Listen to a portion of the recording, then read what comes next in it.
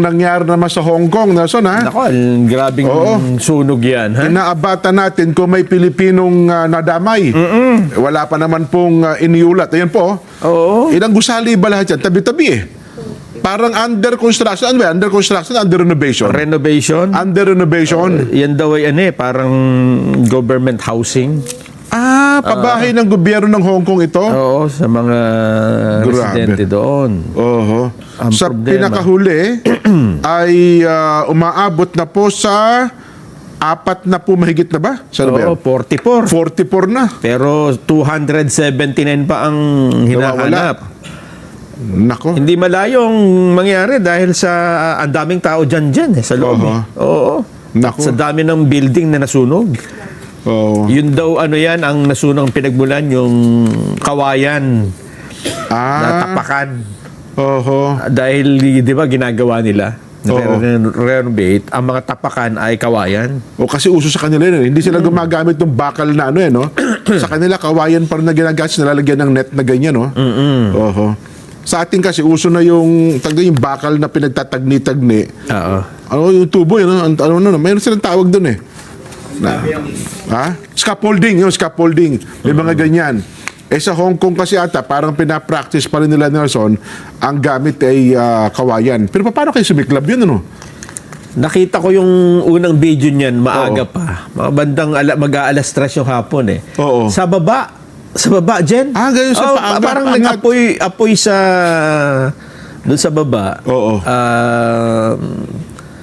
Ang lakas eh. Oho.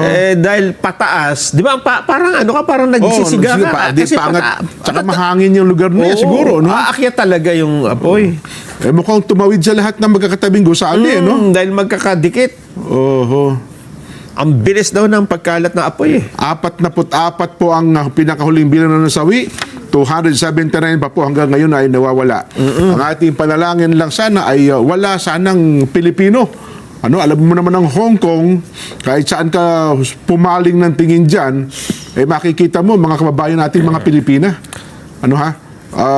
Kung sila man ay sana hindi sila mula sa housing project pala ito ng gobyerno nila. Oo. Ayun. Ang nakatira pala dyan, ang lugar ay Taipo District ng New Territories sa Hong Kong. Ito yung lugar na hindi masyadong pinupuntahan ng turista dahil residential area. Housing mga area locals ang nandyan. Taipo District. Ang nakatira pala dyan 4,800. Wow. Ganon kadami. Pero magtataka ka naman, under renovation, ba't hindi pinalis ang tao, no? Hindi, kasi walang titirahan eh.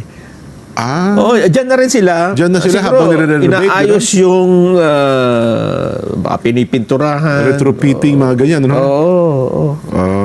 Parang pinapaganda. Oho.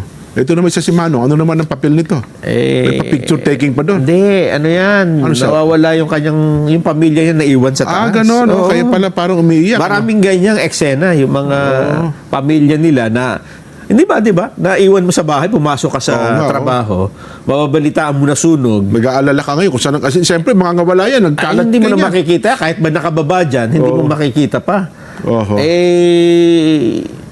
Hindi naman sila pinapayagang makabalik. Ay, siyempre, tsak mas mapanganib po yan kung sila ay babalik pa doon. Anyway, ayan po, mag-update tayo siguro sa kabuuan ng ating palatuntunan hanggang bukas. At again, ang ating panalangin, sana po ay walang Pilipinong nadamay dyan sa sakuna na yan, dyan po sa bahagi ng Hong Kong. Ayan. Alam mo, sana sa pangyayaring ito, maging mahigpit ang Hong Kong dyan sa mga pagpapatupad ng mga fire exit, mga fire prevention na dapat ilagay sa mga building.